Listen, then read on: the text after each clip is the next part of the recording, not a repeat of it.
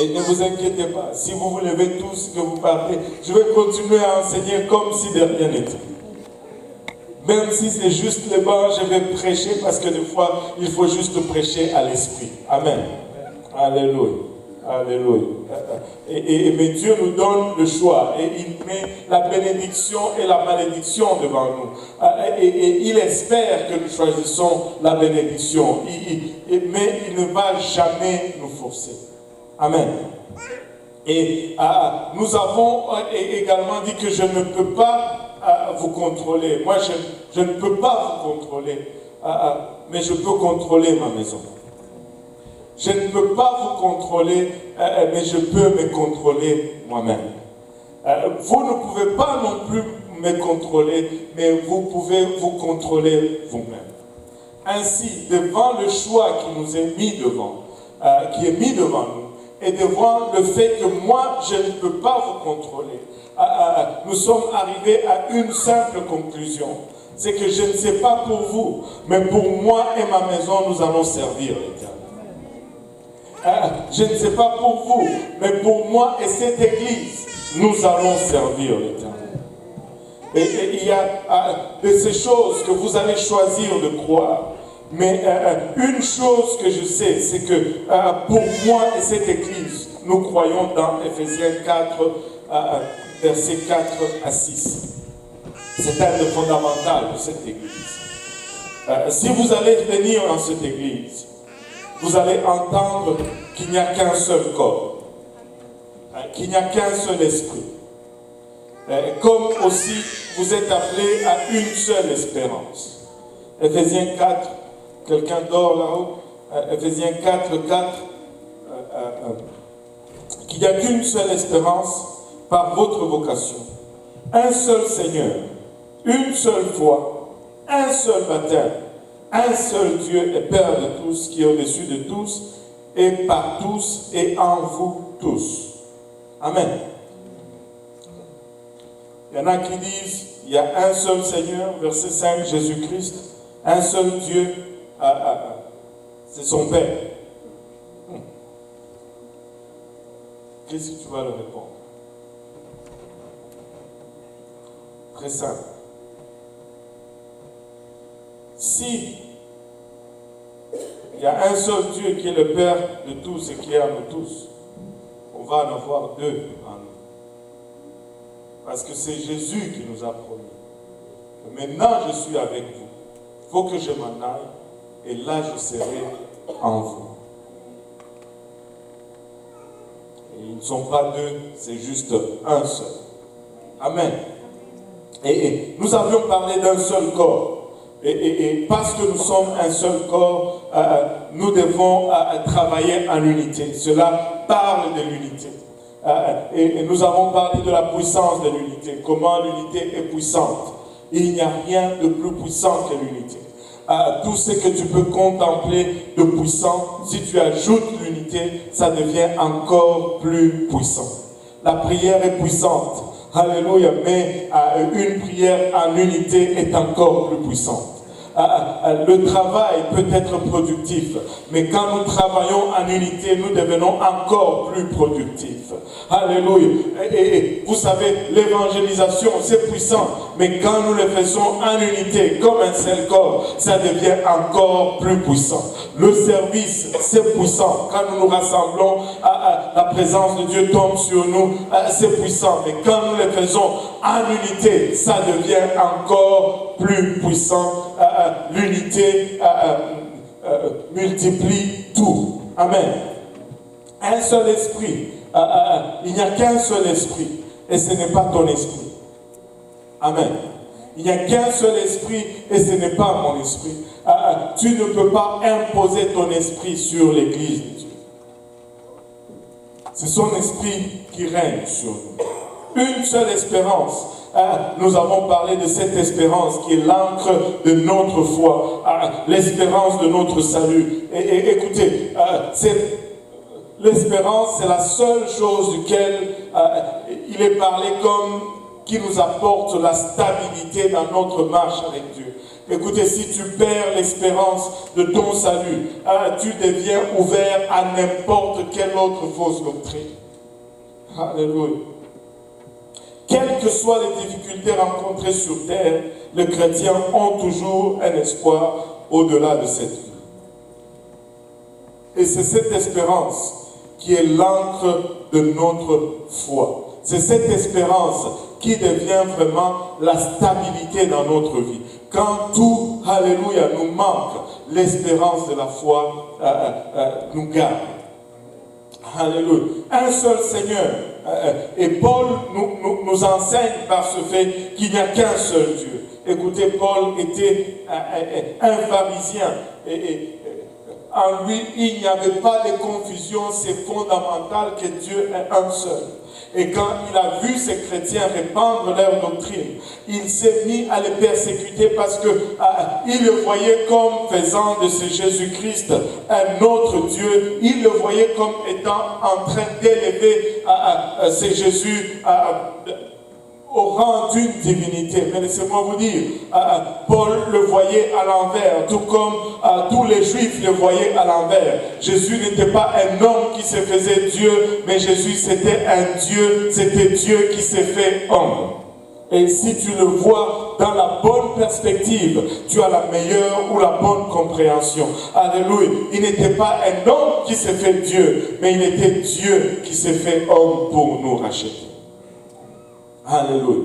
Et nous ne sommes pas une église de Jésus seulement, mais nous sommes une église pour qui tout est Jésus. Nous faisons tout au nom de Jésus. Comme il nous le commande. Alléluia. Nous nous levons au nom de Jésus. Nous nous couchons au nom de Jésus. Alléluia. Nous sortons au nom de Jésus. Nous rentrons au nom de Jésus. Nous demandons pardon au nom de Jésus. Et le pardon de nos péchés, nous l'obtenons dans le nom de Jésus. Notre guérison, c'est dans le nom de Jésus. Notre provision, c'est dans le nom de Jésus. Notre espérance est fondée sur le nom de Jésus. Nous ne connaissons aucun autre nom à part le nom de Jésus. C'est par le nom de Jésus-Christ que nous fonctionnons et rien d'autre. Rien d'autre. Nous aimons ce nom. Alléluia, nous aimons ce nom. Aujourd'hui, nous allons aller un peu plus loin. Nous allons regarder cet autre aspect dans cette croyance. Je ne sais pas pour vous, alléluia, mais pour moi et pour cette église, du temps que Dieu va me permettre d'être pasteur de cette église. Alléluia. Il y aura une seule foi. Alléluia. Il y aura une seule foi. Et qu'est-ce que cela veut dire, une seule foi? Est-ce que cela veut dire qu'il y a plusieurs fois? Laissez-moi vous dire, la Bible de foi, elle va parler de foi, elle va parler sur la foi. Mais à d'autres circonstances, la Bible va parler de la foi. Que tout le monde dise la foi. Alléluia. Et il y a un article défini, la foi, pour dire qu'il y a une foi en particulier. Et ceci n'indique pas une simple croyance ou notre croyance individuelle, mais cela parle de l'ensemble des vérités que nous croyons au sujet de Jésus-Christ. Et quand la Bible parle de la foi, ça parle de cet ensemble de vérités que nous croyons en ce qui concerne la personne de Jésus-Christ. Regardez cette série d'écritures. Dans Galates 1:23, Paul nous prêche au sujet de la foi qu'il voulait une fois détruire. Dans 1 Timothée, je ne sais pas si on peut être rapide, là en haut, dans 1 Timothée, premier chapitre, verset 2, Timothée était le fils de Paul dans la foi. N'est-ce pas? Il était le fils de Paul dans la foi. Mais ce n'est pas dans la croyance personnelle de Paul, mais c'est dans l'ensemble des vérités que Paul prêchait. Amen. 1 Timothée 4:1, la Bible nous dit que vous pouvez abandonner la foi. Vous pouvez vous éloigner de la croyance ou de la connaissance de qui est Jésus-Christ. Amen.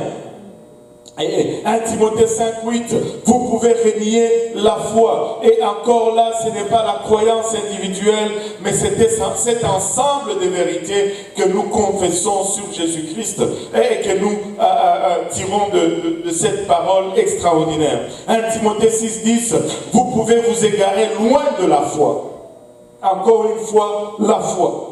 1 Timothée 3,8, vous pouvez être éprouvé en ce qui concerne la foi, en ce qui concerne cet ensemble de vérités de la personne de Jésus-Christ. Plusieurs vont commencer des fois à questionner cet ensemble de vérités. 1 Corinthiens 16, 13 nous demande de demeurer ferme dans la foi. Écoutez, nous devons demeurer ferme en ce qui concerne la connaissance de qui il est.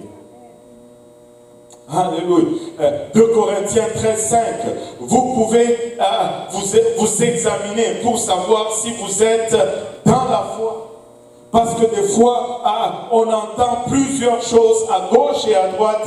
Et laissez-moi donner encore une fois cet avertissement. Nous vivons dans les derniers des temps. Et alléluia, une des choses qui est caractéristique de la fin des temps, c'est les fausses doctrines. Et les fausses doctrines pullulent aujourd'hui comme des champignons. Et ça pousse partout comme la mauvaise herbe. Très vite. Très vite. Garde-toi de la fausse doctrine. Parce que sans la doctrine, tu ne vas aller nulle part. Nulle part. Et on ne va jamais le répéter assez. Vous pouvez examiner pour savoir, si vous êtes encore dans la foi. Alléluia. Éphésiens 4,13. Nous pouvons tous parvenir à l'unité de la foi. Nous pouvons tous parvenir à croire et à comprendre qui est Jésus-Christ. Amen. Et Colossiens 1, 23. Vous pouvez demeurer fondé et inébranlable dans la foi. Colossiens 2,7. Vous pouvez être affermi par la foi. Vous savez, des fois, tu regardes, tout ce qui te garde, c'est la connaissance de qui est Jésus-Christ. Amen. Tite 1,13, nous pouvons avoir une foi saine. Vous savez, notre croyance peut être biaisée, mais elle doit être saine. Et elle est saine seulement quand elle est en ligne avec la parole de Dieu. 2 Timothée 4,7. Vous pouvez garder votre foi. Vous pouvez garder la foi. Amen. Cet ensemble de connaissances. Jude 1,3. On va conclure avec cela. Pas la leçon, mais cette série de citations. Il y en a qui commençaient déjà à être contents. Ouh, non, pas tout de suite. Jude 1,3. Jude nous appelle à combattre pour la foi qui a été transmise au sein une fois pour toutes. Écoutez, il n'y a pas une autre révélation de qui est Jésus-Christ. Il est Dieu, point final. Il n'y a rien d'autre. Ça nous a été donné une fois pour toutes parce qu'il n'y a rien d'autre à recevoir. Ce que vous croyez est important.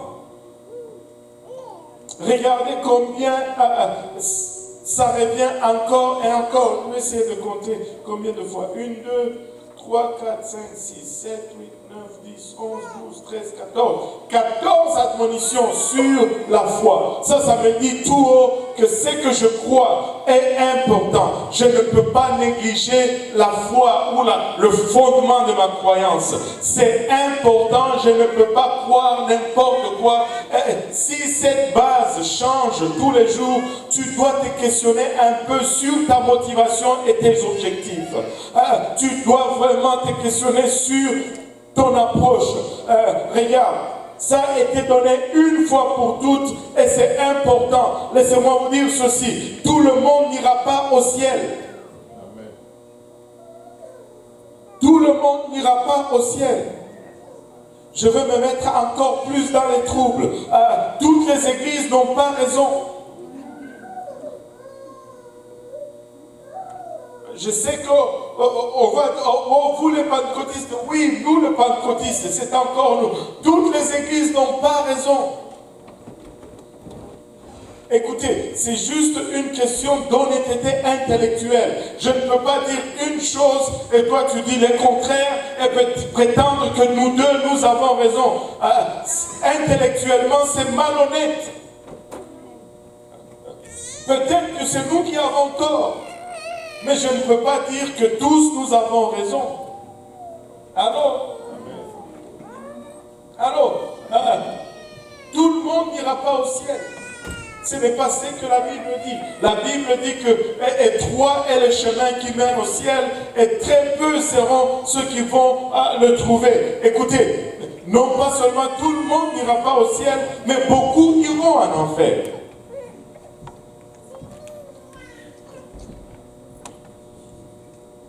Je sais que je vais être attaqué pour ça, mais ça ne me dérange pas du tout, parce que c'est vrai.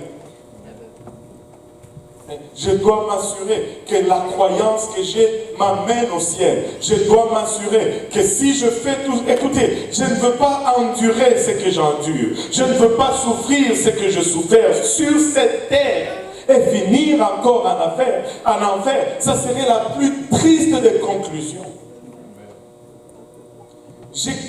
Anyway.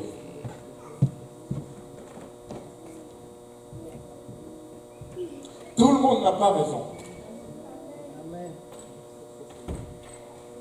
Certains vont avoir raison, certains vont avoir tort. Mais tout le monde n'aura pas raison. Si on dit le contraire les uns des autres.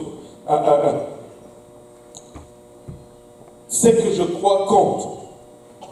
Et ta croyance va te conduire quelque part. Tu vas devenir ce que tu crois, en fait.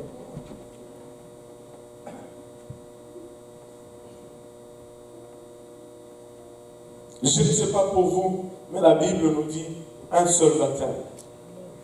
Je ne sais pas ce que vous allez croire, mais la Bible me dit un seul baptême. La Bible ne me dit pas, je peux être baptisé selon que je veux. Il n'y a pas de différence. Si je veux, je peux être baptisé au nom de Jésus. Si je veux, je peux être baptisé au nom du Père et du Fils et du Saint-Esprit. Si je veux, je peux juste être baptisé en silence. Il n'y a pas de différence. Non, non, non. La Bible ne me dit pas ça. La Bible me dit un seul baptême. Et la Bible me dit que le baptême n'est pas optionnel. Il n'y a pas une telle chose dans ta Bible qu'un chrétien non baptisé. C'est seulement aujourd'hui qu'on peut voir des chrétiens, mais qui ne sont pas encore baptisés. On dirait que la lecture que nous faisons aujourd'hui est différente. La parole de Dieu nous dit, allez dans toutes les nations, prêcher l'évangile. Celui qui croit et qui se fait baptiser sera sauvé. Mais aujourd'hui, on dirait que Christ nous a dit, allez prêcher la bonne nouvelle à toute créature. Celui qui croit et qui est sauvé sera baptisé. Et on ajoute s'il veut. Si ça ne me dérange pas trop. Celui qui croit et qui est sauvé sera baptisé. Ce n'est pas ce que la Bible nous dit. Jean 3, verset 5 nous dit, Jésus répondit, en vérité, je te le dis, si un homme n'est né d'eau et d'esprit, il ne peut entrer dans le royaume de Dieu. Cela ne donne aucune option à quiconque qui veut entrer dans le royaume de Dieu, si ce n'est de passer par l'eau et par l'esprit. Amen. La Bible dit qu'il y a un seul baptême. Qu'est-ce que cela signifie? Cela ne signifie pas que je dois me plonger une seule fois dans l'eau, bien que ça implique cela, si c'est fait de la bonne façon. Mais cela veut dire, si on veut être bien précis, cela veut dire qu'il n'y a qu'une seule bonne façon d'être baptisé. Mais c'est quoi cette bonne façon? C'est laquelle? Premièrement, nous devons être immergés dans l'eau. Ça, c'est la mode ou la façon, ce qui est fait physiquement. Nous devons être plongés dans l'eau. Pourquoi est-ce que je dois être immergé ou plongé dans l'eau? Parce que Jésus a été baptisé par immersion. Je veux être baptisé comme Jésus-Christ. Vous ne voulez pas être baptisé comme Jésus? Moi, je me rappelle d'une dame avec qui je travaillais. Un jour, j'ai commencé à lui parler de ça. Elle me dit, ah non, moi la doctrine, je n'aime pas, la doctrine divise. Oui, oui, la doctrine va diviser. La doctrine va diviser les sauvés des non-sauvés. La doctrine va diviser les brebis des boucs. La doctrine va diviser les acceptés de rejeter. La doctrine divise. Amen. Et là, je lui dis, mais comment est-ce que tu as été baptisé? Oh, elle me dit, moi j'étais rentré dans l'église et le prêtre a pris, vous savez, là, le truc là qu'on plonge dans l'eau et qu'on... Comment on appelle ça là? Pardon? Oui, mais il y a un truc là qu'on... Goupillon. Le pion? Goupillon. Goupillon, ok. Le goupillon. Vous savez, on utilise ça dans certaines églises catholiques ou, comment on appelle ça, luthériennes ou anglicanes. Ils vont mettre ça dans l'eau bénite et ils vont... Qui a été acolyte ici? Vous n'avez pas été acolyte? Oui, catholique, mais je vais dire acolyte. Vous ne savez même pas c'est quoi acolyte. C'est ceux qui servent à l'autel avec le prêtre. On les appelle les acolytes.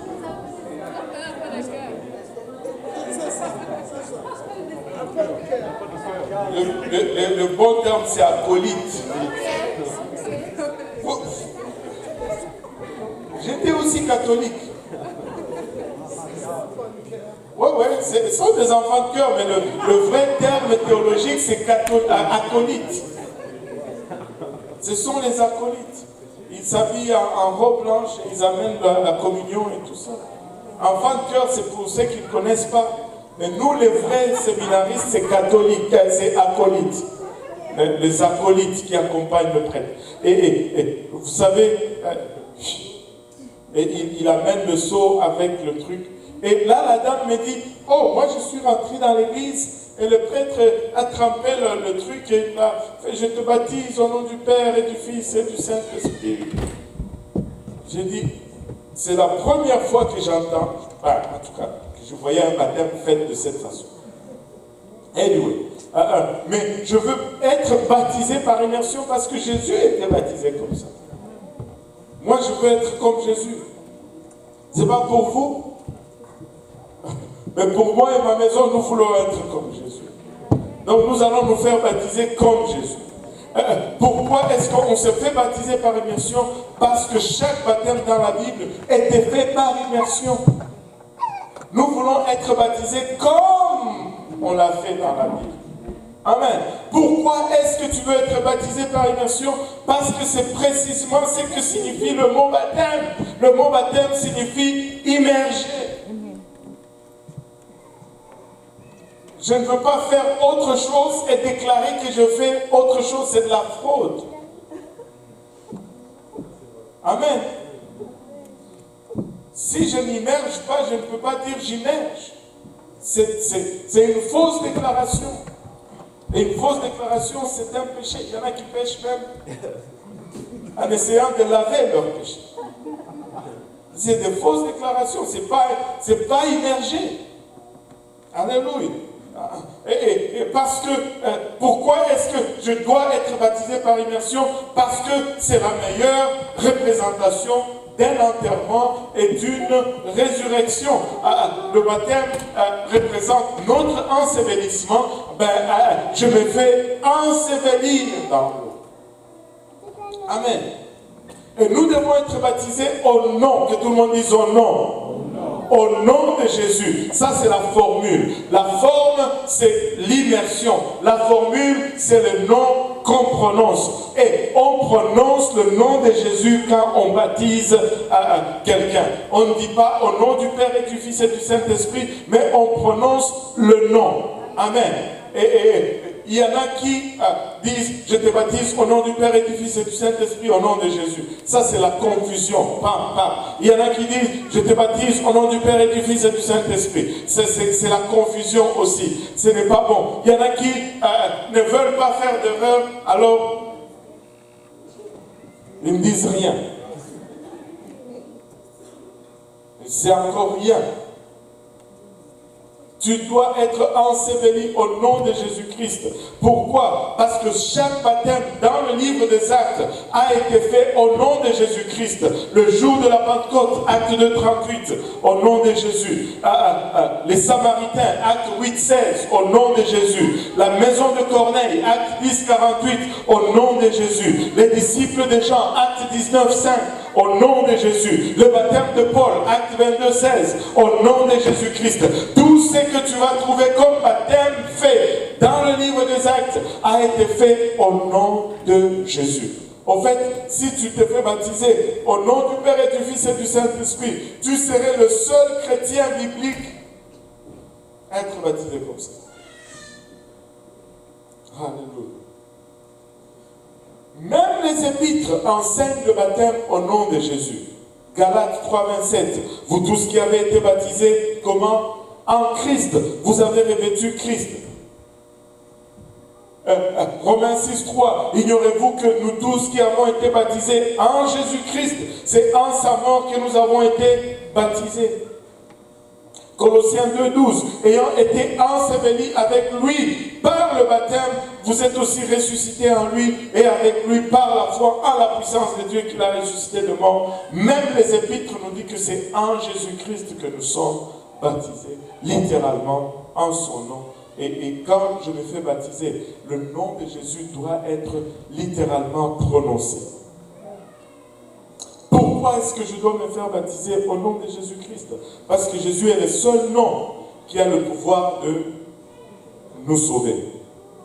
Il n'y a aucun autre nom qui sauve. Philippiens 2, 9 à 11 nous dit c'est pourquoi aussi Dieu l'a souverainement élevé et lui a donné le nom qui est au-dessus de tout nom.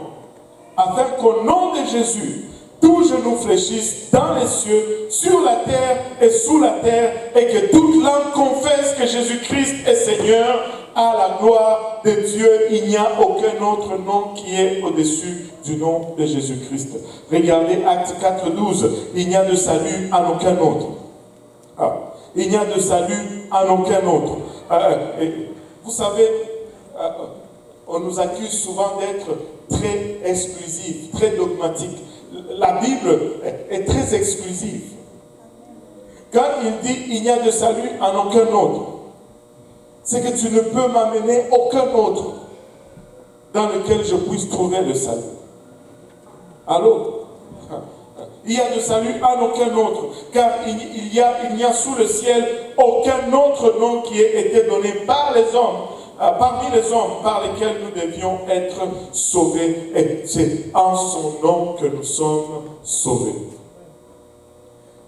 Maintenant, laissez-moi, juste au cas où vous ne l'avez pas compris, juste au cas où cela peut-être vous semble, on a été un peu subtil, juste au cas où on n'a pas été assez clair durant toutes ces années, laissez-moi vous dire ceci, notre église est une église unicitaire.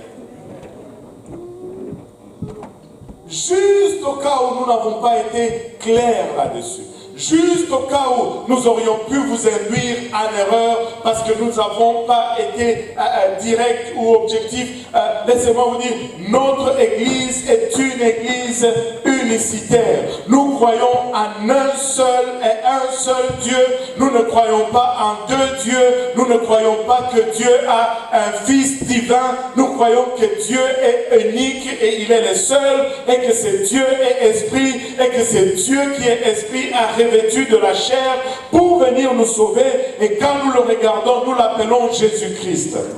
Il n'y a pas de confusion là-dessus. Si ce n'est pas ce que vous croyez, laissez-moi vous dire, je ne peux pas vous contrôler, mais pour nous dans cette église, nous allons être unicitaires. Nous allons croire en un seul et unique Dieu. Amen. Alléluia. Vous savez,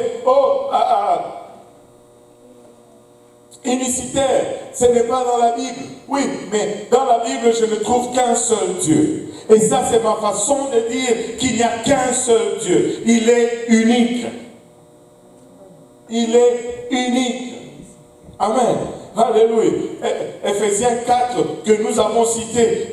Pourquoi nous sommes une église unicitaire? Parce qu'il n'y a qu'un seul corps. Parce qu'il y a un seul esprit. Comme aussi vous avez été appelés à une seule espérance. Parce qu'il n'y a qu'un seul Seigneur. Parce qu'il n'y a qu'une seule foi. Parce qu'il n'y a qu'un seul baptême. Et parce qu'il n'y a qu'un seul Dieu et Père de tous. Alléluia. Nous sommes l'église d'un seul Dieu. Nous n'en connaissons pas d'autres. Nous avons fait comme lui. Nous avons regardé tout autour. Nous n'avons pas trouvé un seul autre.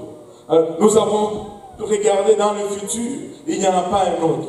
Dans le passé, il n'y en a pas un autre. Aucun autre Dieu n'a été formé, ni avant, ni après lui. Il est le seul et l'unique vrai Dieu. Alléluia. Il est trop facile,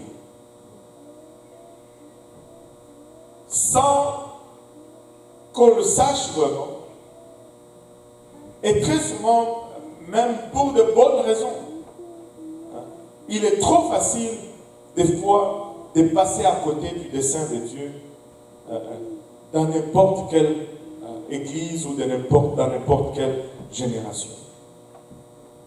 Et si nous voulons éviter cela, nous devons être très assidus à suivre exactement les leçons de la parole de Dieu. Et on a déjà parlé de ceci, mais je vais y revenir parce que, laissez-moi vous dire, il n'y a pas de doute dans mon esprit que nous sommes là dans ce que nous allons décrire. Nous sommes à cette place où nous devons juste retourner au fondamental. Dieu a été bon pour nous. Il nous a bénis. Il nous a sortis de loin, des situations que lorsque nous les vivions, nous les traversions, nous étions déprimés et dépressifs. Mais aujourd'hui, Dieu a fait beaucoup. Mais nous pouvons arriver à une place où nous oublions d'où il nous a tirés. Et nous commençons à nous regarder nous-mêmes. Et c'est très dangereux. C'est très, très dangereux d'arriver à une place où, dans ton discours, il est beaucoup plus question de toi que de Dieu. Et très souvent, remarquez ceci, très souvent, nous sommes déprimés quand nous commençons à regarder beaucoup trop sur nous-mêmes. Pourquoi? Parce que nous ne serons jamais satisfaits de ce que nous avons. Je parlais à quelqu'un aujourd'hui et Dieu m'a corrigé tout de suite. Et je sais que la personne va le savoir. Et je lui ai dit, Dieu a encore beaucoup de grandes choses pour toi. Et l'Esprit de Dieu m'a corrigé tout de suite. Je dis, non, Dieu n'a pas beaucoup de grandes choses pour toi. Tu as encore beaucoup à accomplir pour Dieu. Et si nous gardons cette perspective, nous n'allons pas vivre déprimés. Mais quand nous regardons toujours, qu'est-ce que Dieu a pour moi? Écoutez, il nous a déjà donné la vie éternelle. S'il ne nous donnait rien de plus par cela, ça serait quand même correct et extraordinaire. Parce que nous étions tous en route vers la destruction, mais aujourd'hui nous sommes en route vers son ciel, vers une éternité en paix vers lui. Laissez-moi vous dire, s'il nous privait même de toute bénédiction, ça serait correct pourvu qu'il sauve mon âme et ton âme. Ça serait correct. Ça serait correct. Ça serait correct. Mais nous arrivons toujours à une place de dépression lorsque nous regardons parce que des fois nous venons vers Dieu avec beaucoup d'attentes. Nous venons vers Dieu en pensant que, ok, si je fais ceci, et voilà, il va me donner cela. Si je fais ceci, il va me donner cela. Écoutez, arrêtons de vivre, c'est une façon dangereuse de vivre. Dieu ne nous doit absolument rien. Dieu ne me doit absolument rien. Je lui dois tout. C'est lui qui a payé ma dette. C'est lui qui a payé ta dette.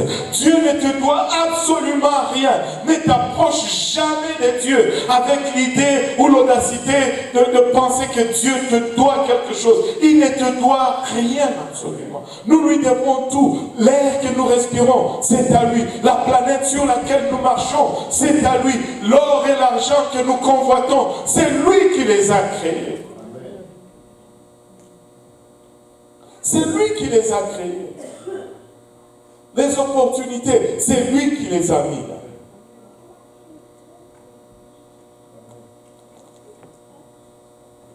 Je peux même dire, la femme que tu veux épouser, c'est sa fille à lui.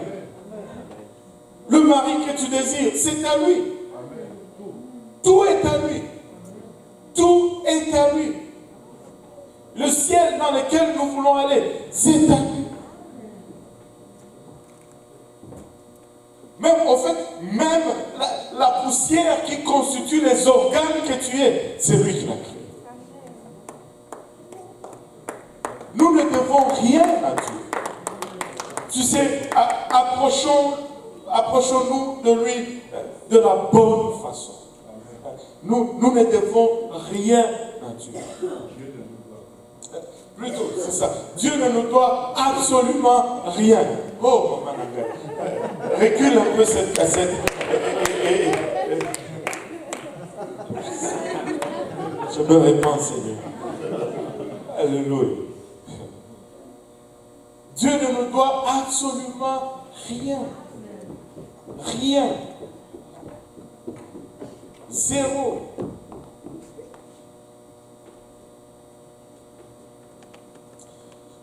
Vous savez, c'est facile de passer à côté de l'opportunité que Dieu met devant nous. Et laissez-moi vous dire, servir Dieu, c'est un privilège. C'est un privilège. C'est pas parce que je sers Dieu que Dieu me doit un salaire. C'est un privilège servir Dieu. Dieu peut faire sans moi. Il peut faire sans toi. Écoute, l'âne a parlé au prophète. Tu penses que c'est parce que tu donnes une prophétie. L'âne a parlé au prophète.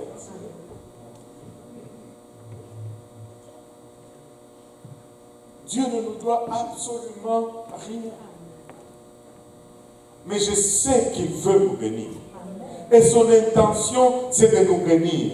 Je veux approcher Dieu toujours de la façon que, Seigneur, alléluia, je désire ta bénédiction. Je désire ta bénédiction. Je sais que tu ne me dois rien, mais je désire ta bénédiction. Amen.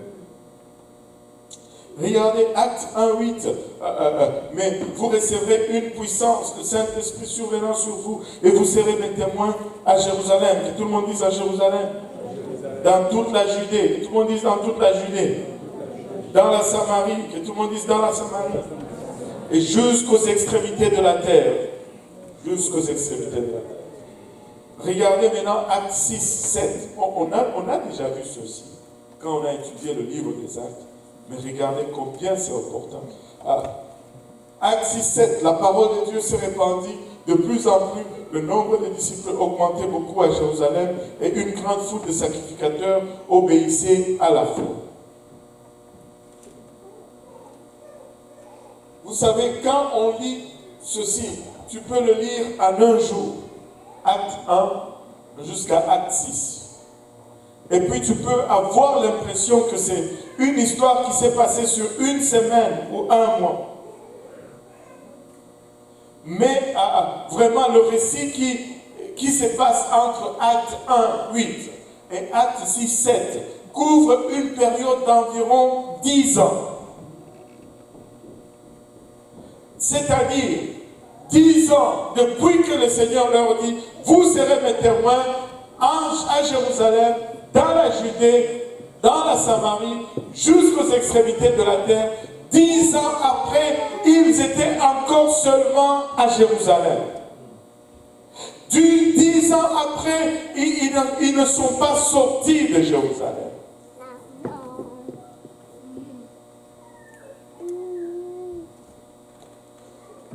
Il y a une grande leçon ici, c'est que l'Église manque souvent. Regardez, ils étaient à Jérusalem.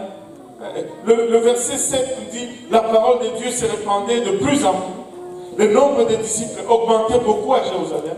Et une grande foule de sacrificateurs obéissait à la foi. Même des sacrificateurs juifs se convertissaient. Ils voyaient des prodiges et des miracles. Ils étaient grandement bénis. Ils devenaient nombreux au point où ils ne faisaient plus dans la bâtisse. Mais le problème, c'est qu'ils étaient encore à Jérusalem. Ils n'avaient pas bougé. Vous savez, ça, c'est une leçon que nous devons tous comprendre. La bénédiction n'est pas un signe de la faveur de Dieu.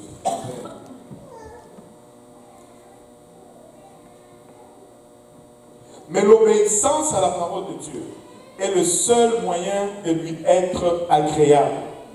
Ce n'est pas parce que Dieu te bénit qu'il est favorable à toi ou qu'il est... Écoutez, si tel était le cas, on n'allait jamais être sauvé. Parce que j'étais dans le péché, je n'obéissais pas à sa parole lorsqu'il est venu toucher mon cœur et lorsqu'il est venu toucher ton cœur. Ce n'est pas parce que tu avais fait un acte favorable, ce n'est pas parce que tu avais fait quelque chose qui lui était favorable que tu as commencé à marcher sur les voies qu'il a préparées. Pendant des années, l'église de Jérusalem était bénie avec une grande visitation divine. Des miracles et des guérisons, un zèle extraordinaire, une croissance numérique. Oh, nous aimons la croissance numérique, n'est-ce pas?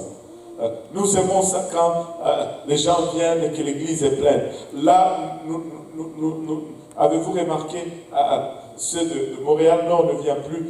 Il y a quelques personnes qui manquent parce qu'ils ont aussi leur service le mercredi maintenant. Certains d'entre vous sont devenus tristes. Mais laissez-moi vous dire ceci. Dieu n'est pas toujours dans le nombre. Dieu veut que tous soient sauvés, mais Dieu n'est pas toujours dans le nombre. Si nous courons et que nous voulons que plus soient sauvés, ce n'est pas parce que nous voulons avoir des grandes églises, c'est parce que nous voulons que ces gens aillent au ciel. Amen. Parce que Dieu fait souvent avec très peu. Si vous étudiez votre parole, vous allez le voir.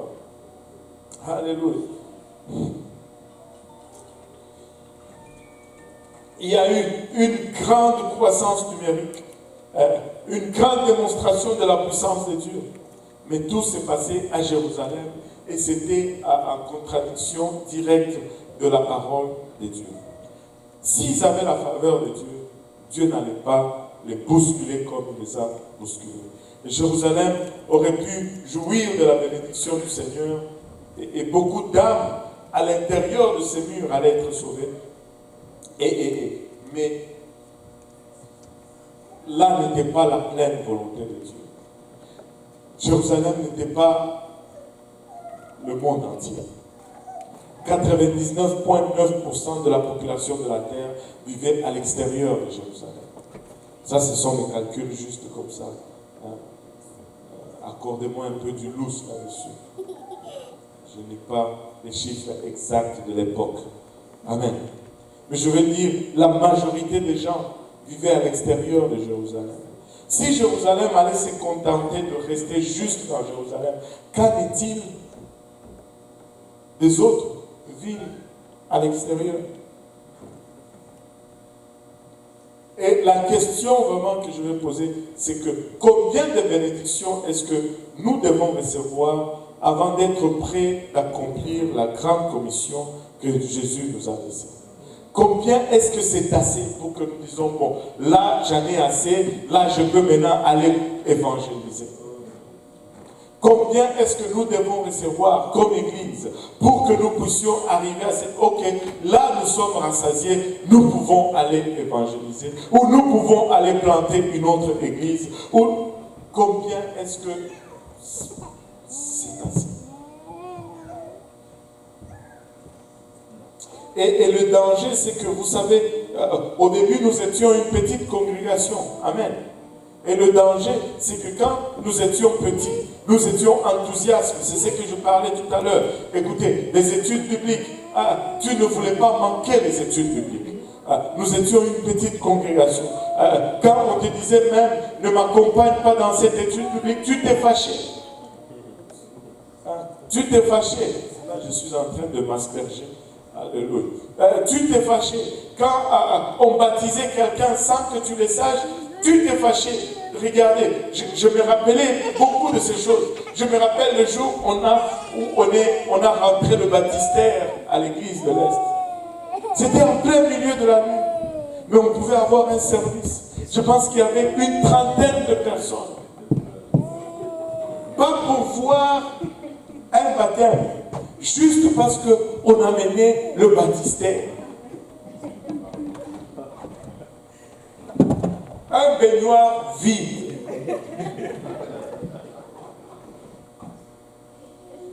On était là, il y avait des filles, il y avait des garçons, ça chantait, ça filmait, un baptistère vide. Mais qu'est-ce qui nous est arrivé? Nous sommes passés d'un petit groupe à un grand nombre. Et là, nous commençons à regarder et nous commençons à être satisfaits dans nos sommes.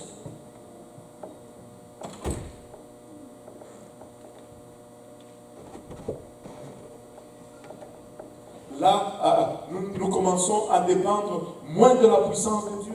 Nous devenons égocentriques au lieu d'être centrés sur Dieu. Nos besoins personnels commencent à prendre le dessus. Et écoutez, il y a un temps où les âmes étaient ta priorité primaire.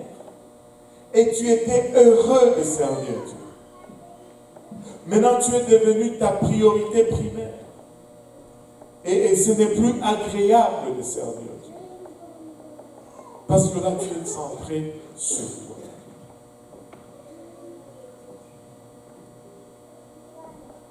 Mais tu peux retourner à ce que tu étais.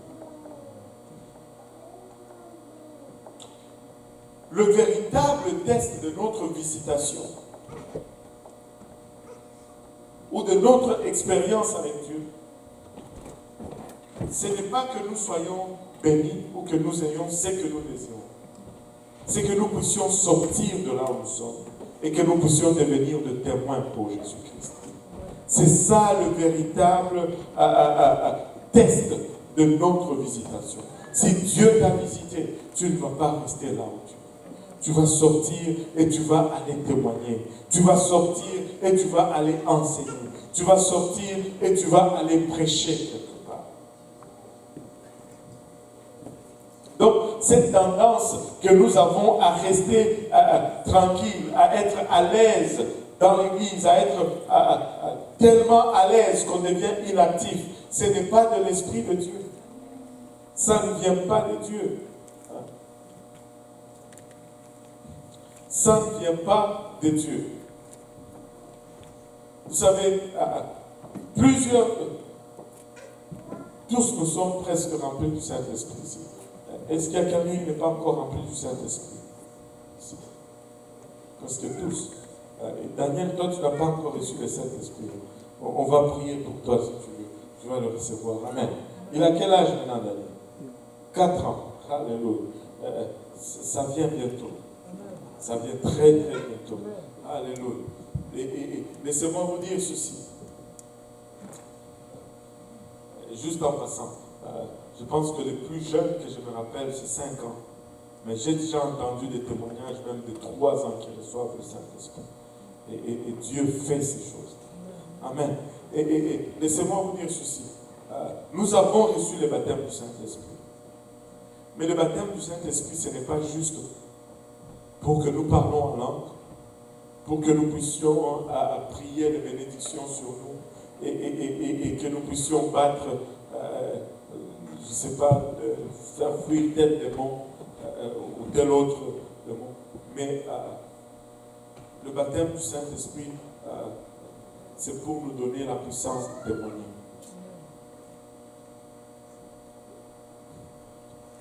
Si nous ne faisons pas attention, nous commençons à utiliser le don du Saint-Esprit pour notre propre bien. Mais nous ne pouvons pas faire cela parce que nous ne sommes pas propriétaires du Saint-Esprit.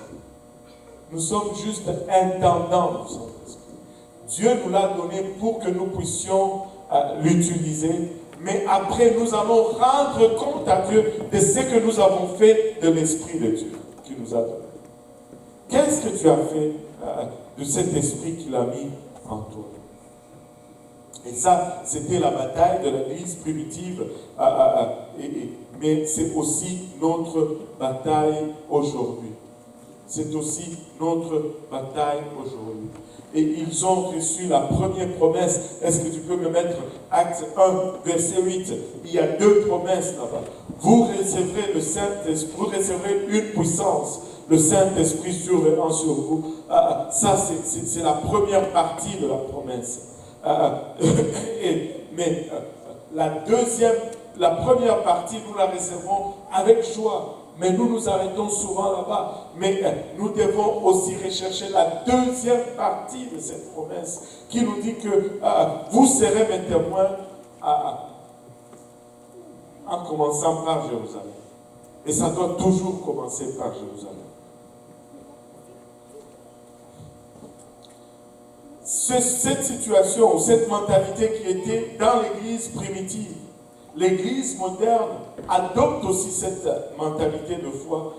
Et ce n'est pas une bonne façon, cette mentalité de les gens doivent venir à nous. Non, les gens ne doivent pas venir. Nous devons aller vers les gens. Allez et faites de toutes les nations des disciples. Jésus n'a pas dit, ils vont venir et vous ferez de mes disciples. Non, allez et faites de toutes les nations mes disciples. Cette mentalité de l'Esprit fera le travail. Non, non, non.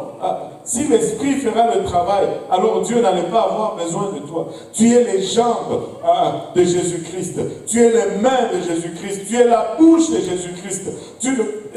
À un moment donné, au début de ma marche avec le Seigneur, je venais ici avec mon frère, ma femme et peut-être une ou deux autres personnes. Chaque vendredi soir, on s'enfermait dans cette chambre. Et c'est là vraiment, je pense, qu'est né cet appel et toute autre chose. On s'enfermait dans cette chambre et on priait jusqu'à ce que Dieu nous laisse aller. C'était chaque vendredi soir, on était là. On priait, on était là, on priait. Et un jour, un prédicateur m'a dit, frère, c'est bien que tu pries comme ça chaque vendredi soir, mais il faut que tu mettes maintenant des jambes à tes prières. C'est bien de prier, mais après un moment donné, il faut que tu sortes et que tu ailles le déclarer. C'est bien de prier, mais à un moment donné, il faut que tu sortes et que tu ailles atteindre les gens. Il faut que tu mettes les jambes à tes prières. L'Esprit ne va pas tout faire. Amen. Ou cette mentalité de l'Église doit être parfaite d'abord. Hein? C'est juste, écoutez, si vous cherchez ou vous attendez une Église parfaite, juste allez directement chercher une autre Église. Parce que celle-ci ne va jamais être parfaite. Allô? Et je sais la raison pourquoi celle-ci ne va jamais être parfaite. Parce que je suis le pasteur de cette Église. Et je prends le blâme. Amen. Je prends le blâme. Ça ne va jamais être parfait ici. Nous allons faire des erreurs.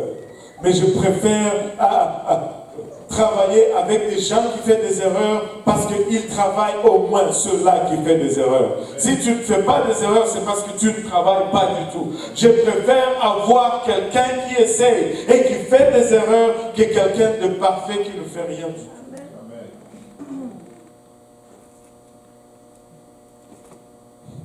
Mais des fois, la question va être brutale. On va nous dire, et alors, quoi alors? L'Église a ses concepts. Et si nous restons juste entre nous, pourquoi devions-nous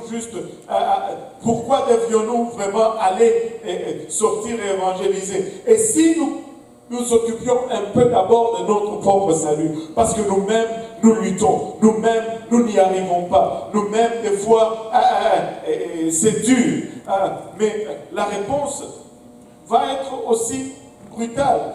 Regardez ce qui est arrivé à l'Église dans le livre des Actes. Et première des choses qu'ils ont subies, c'est la persécution. Ils ont d'abord subi la persécution. Mais même avec la persécution, même au milieu de la persécution, ils ont continué à grandir. Ils ont continué à se multiplier. La persécution ne les a pas arrêtés. Parce que quand la persécution est arrivée, ils se sont éparpillés, mais même dans leur éparpillement, ils allaient chercher toujours des Juifs. Jusqu'à ce que le Seigneur fasse une substitution. Mais laissez-moi vous dire, je refuse que Dieu nous substitue. Je refuse que Dieu nous substitue. Je ne sais pas pour vous, mais nous allons retourner au fondamental. Nous allons revenir à ce que Dieu nous appelle à faire, c'est-à-dire la priorité, c'est une et une seule chose, c'est des âmes, et ces âmes doivent aller au ciel. Alléluia. Les richesses, tu peux les accumuler.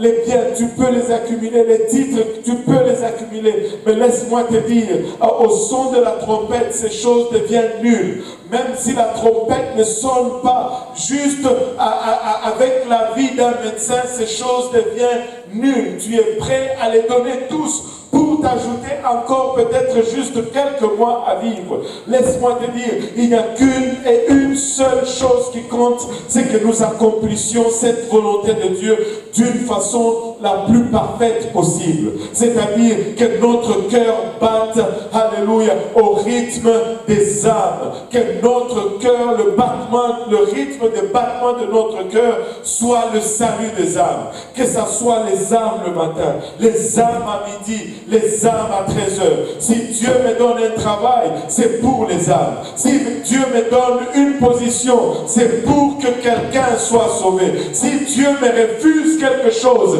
c'est pour que quelqu'un soit sauvé. Si Dieu me bénit avec quelque chose, c'est pour que j'amène quelqu'un à le connaître encore mieux. Alléluia. Et la seule chose qui compte, ça va être cela. Ça va être cela. Vous savez, Dieu croit à l'enfer. Plus que nous y croyons nous-mêmes. Et notre plus grand problème très souvent, c'est que nous oublions très souvent l'enfer. Écoute, quand tu oublies l'enfer, tu commences à te préoccuper de ton aujourd'hui et de ton demain et de ton après-demain. Qu'est-ce que tu n'as pas et qu'est-ce que tu as. Laissez-moi vous dire, nous oublions très vite l'enfer. Mais Dieu croit dans l'enfer. Dieu croit tellement dans l'enfer qu'il a revêtu d'un corps humain. Et il a été traité de la façon la plus horrible qui est, parce qu'il croyait à l'enfer. Il est mort de la mort la plus brutale, parce qu'il croyait à l'enfer. Et qu'il ne voulait pas que nous allons à l'enfer.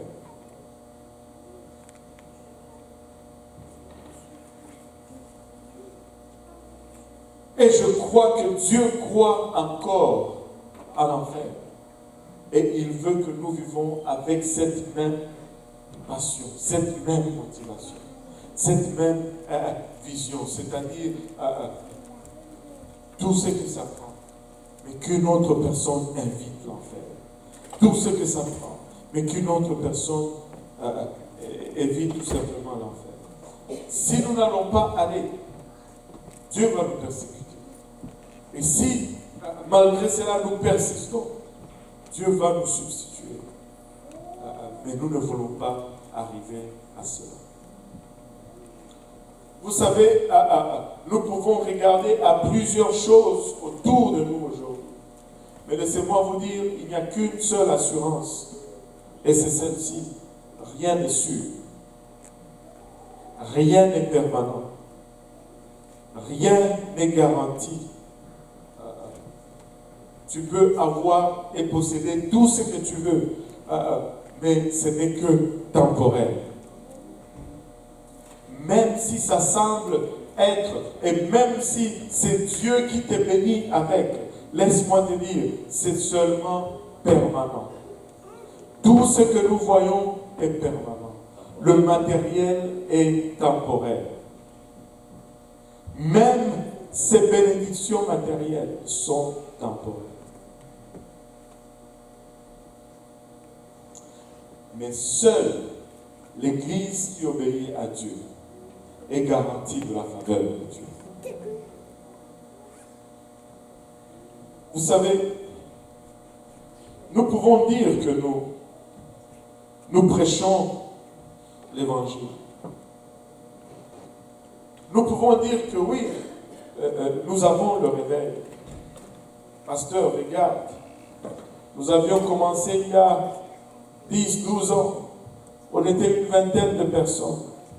Maintenant, chaque dimanche, on est 350 environ ici. Et nous pouvons regarder à ces choses et dire, oui, Dieu a fait quelque chose parmi nous.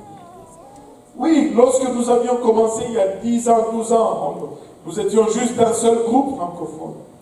Mais aujourd'hui, il y a 7, 8, 9 autres groupes francophones. Alléluia, Dieu a fait de grandes choses. Nous pouvons regarder aujourd'hui et dire, oh, au Québec, quand nous étions arrivés ici au Québec, il y avait seulement, je ne sais pas, 7 églises et points de prédication. Aujourd'hui, il y a une trentaine d'églises et points de prédication ensemble. Oui, Dieu fait de grandes choses. Amen. Et nous pouvons regarder cela dans ce sens. Mais j'ai pris le temps de faire quelques calculs. Et je vais juste conclure avec cela. Il me reste encore quelques pages, mais c'est bon. C'est bon vous dire ceci. J'ai fait quelques calculs. Si je calculais toutes nos églises ici au Québec, tous les constituants de toutes nos églises, et que si j'étais très généreux dans mes calculs, au lieu de 350 ici, je mets 400. Au lieu de 87 là-bas, je mets 100. Au lieu de 110 ici, je mets 150. Même si je faisais cela, avec toutes nos églises à Montréal, on ne dépasse même pas 2500 personnes. Pour une province qui en compte 8 millions. Ce n'est même pas, c'est à peine 0,003%. 0,003% de la population.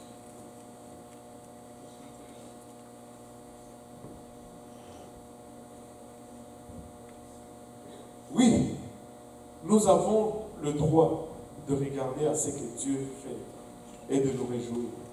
Mais nous ne pouvons jamais arriver à une place où nous commençons à nous contenter et à être satisfaits de ce que nous observons.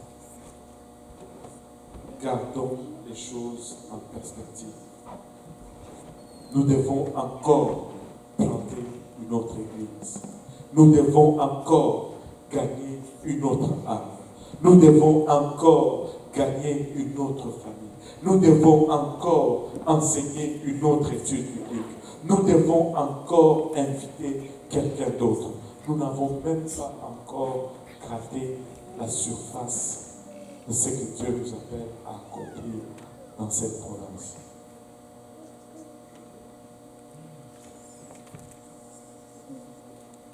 Même pas 3 000. Et ça, je ne dis pas seulement les francophones, je dis tout.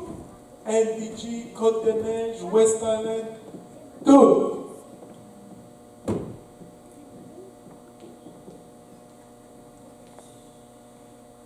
Et on veut se taper la poitrine.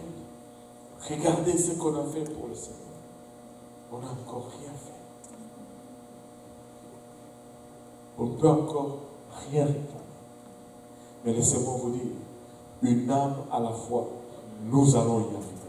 Une famille à la fois, nous allons y arriver. Une étude biblique à la fois, nous allons y arriver. Alléluia. Mais nous devons juste reprendre notre flambeau d'évangélisation. Oublie les titres, oublie les reconnaissances, oublie, oh moi, oubliez tout cela. Juste une âme, juste donne-moi une étude biblique. Donne-moi juste une étude biblique. Ah, ce n'est pas une question d'être reconnu à gauche ou à droite, ou d'être mentionné ici et là, ou de porter tel titre ou tel autre titre. Juste donne-moi une étude biblique. Donne-moi juste quelqu'un qui veut compris pour recevoir le Saint-Esprit. Juste donne-moi ça. Et c'est à ça que nous devons retourner. Juste au fondamental. Juste au fondamental. Je veux juste enseigner une étude biblique. Alléluia. Je ne sais pas pour vous, mais pour moi et ma maison, nous allons servir Dieu. Je ne sais pas pour vous, mais pour moi et cette église, nous allons servir Dieu. Je ne sais pas pour vous, mais pour moi et cette église, nous allons être unicitaires. Je ne sais pas pour vous, pour moi et cette église, nous allons être une église de sanctification. Je ne sais pas pour vous, mais pour moi et cette église, nous allons être une église qui va. Je ne sais pas pour vous, mais pour moi et cette église, nous n'allons pas être une église de Jérusalem, nous allons être une église d'Antioche. Si on peut se lever tous ensemble.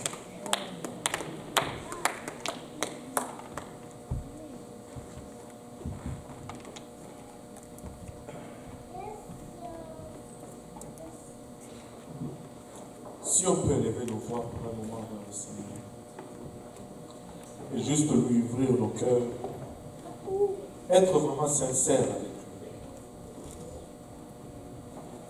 Tu ne parles pas à un homme, tu ne me parles pas. Et tu parles au Créateur, à ce Dieu qui parle.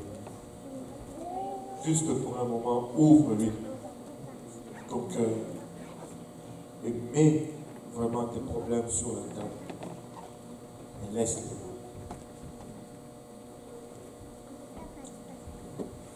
Papa, nous te rendons grâce pour ton amour, ta bonté, ta fidélité. Nous te remercions, Père, pour le privilège que nous avons de te connaître, Papa, de te servir. Papa, nous réalisons d'où tu nous as tirés, Seigneur. Nous ne pouvons pas prétendre oublier, Papa, qui nous a tirés. De la boue, tu nous as retirés. Du fumier, Papa, tu nous as relevés. Tu nous as nettoyés, Seigneur, alors que nous n'avions pas une réputation, Seigneur. Tu nous as donné, Papa, ta réputation. Nous n'avions pas une famille, tu nous as donné une famille.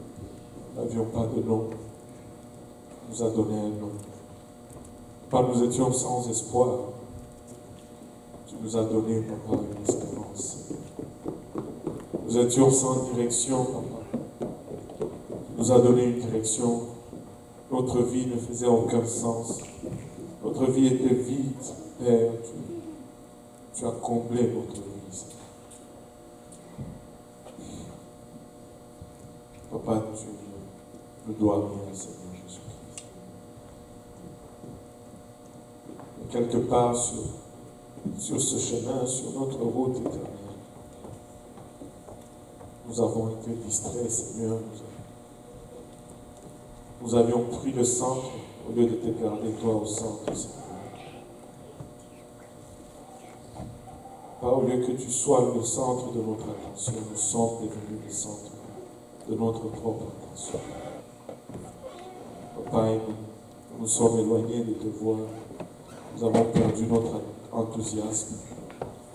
Père, nous prions maintenant, Seigneur, que tu nous pardonnes. Père, que tu nous remets sur ce chemin, Père, que tu rallumes encore cette flamme qui brûlait en nous, Seigneur. Ramène-nous, Papa, à cette place.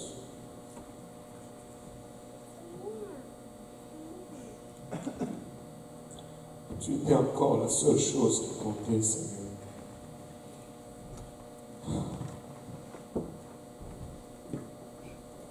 Pour une seule raison, tu nous gardes sur cette terre.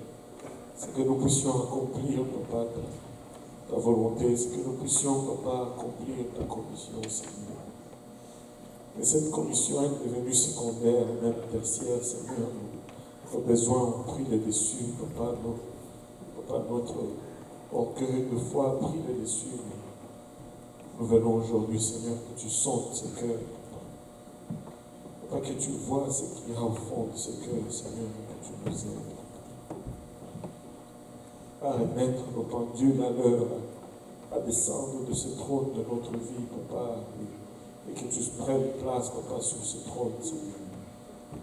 Papa, nous venons soumettre cette chair, Seigneur, encore une fois, Papa, et dans la chair.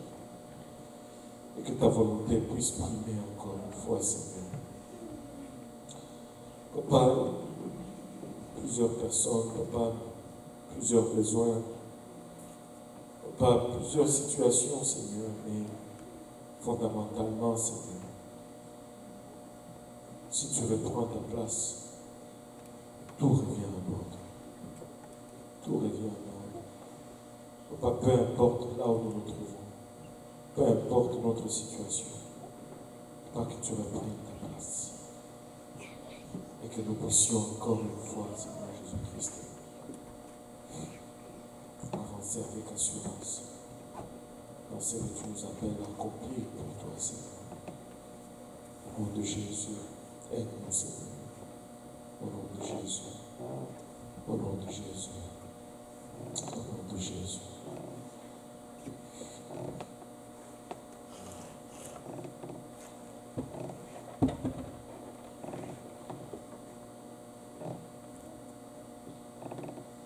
Jésus. Aide-nous aujourd'hui, Seigneur. Au nom de Jésus. Au nom de Jésus. Aide-nous à revenir juste ce que tu nous appelles à être. Au nom de Jésus. Au nom de Jésus.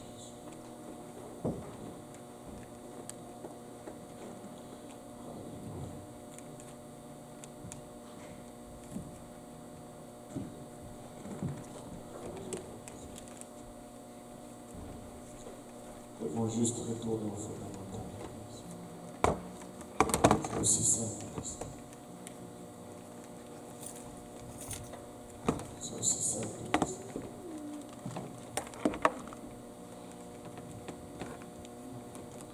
Appuyer sur l'encre de notre foi et faire de son plusieurs et cette même encre du salut.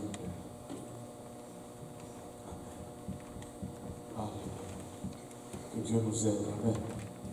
Et il va nous aider. Il va nous aider. Je sais qu'il va nous aider. Alléluia. Je sais qu'il va nous amener au fondamental. Il va nous ramener à cette place. Amen. Alléluia. Gloire au nom de Jésus. Gloire au nom de Jésus.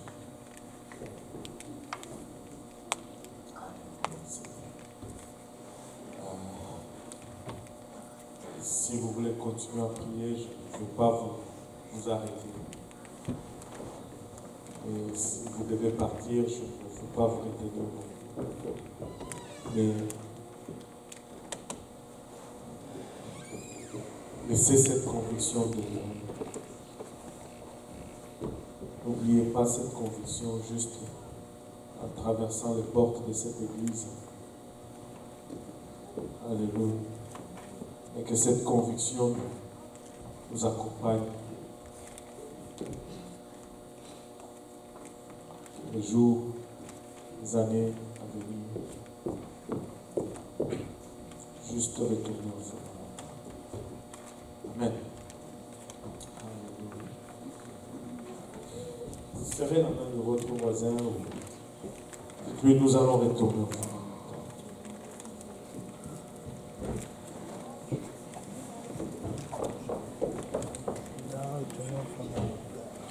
Nous allons retourner faire le temps. On finit ton SketchUp. C'est où ça? J'essaie de voir comment ça fonctionne. Ah. Je suis pas bon là-dedans. Ouais. Quand on commence, on se dit toujours ça.